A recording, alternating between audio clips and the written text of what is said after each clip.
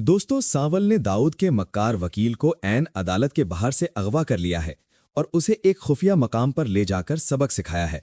मार के खौफ से वकील ने हार मान ली और दाऊद उर्फ मूसा का तमाम मुजरिमाना रिकॉर्ड और खुफिया फाइलें सांवल के हवाले कर दी।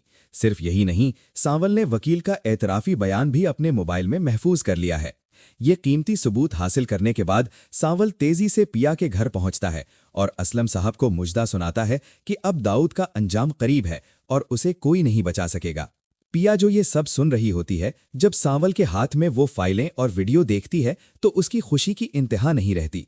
दूसरी तरफ दाऊद को जब अपनी शिकस्त का एहसास होता है तो वो पुलिस अफसर बाबर को फोन करके सांवल को किसी भी झूठे इल्जाम में फंसाने का कहता है। बाबर फौरन एक भारी नफरी के साथ सांवल के क्लब पहुंचता है और उस पर गरीबों की जमीनें हड़प करने का इल्जाम लगाकर उसे गिरफ्तार कर लेता है, जिससे सांवल दंग रह जाता है।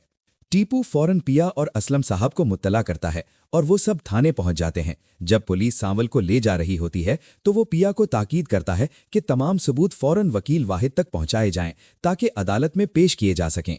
पिया हिम्मत करके असलम साहब के साथ वाहिद के पास जाती है और तमाम रिकॉर्ड उसके हवाले कर देती है। अगले दिन अदालत में वाहिद तमाम दस्तावेजी सबूत जज के सामने रख देता है।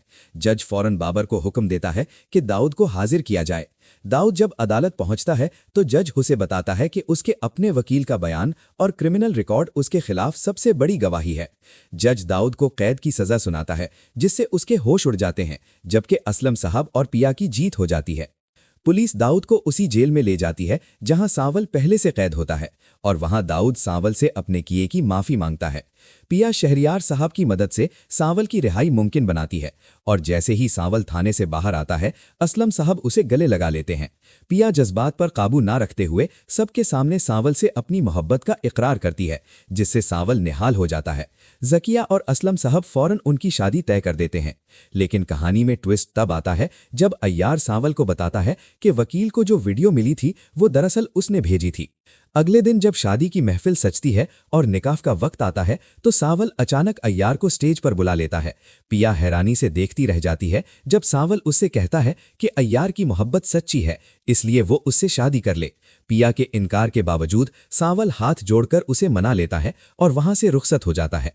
पिया और अय्यार का निकाह पढ़ा दिया जाता है और वो दोनों हनीमून के लिए कश्मीर रवाना हो जाते हैं।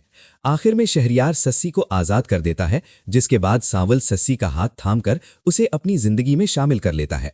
अगर आप इस ड्रामे की मजीद तफसीलात देखना चाहते हैं तो हमारे चैनल को लाइक, सब्सक्राइब और शेयर जरूर करें।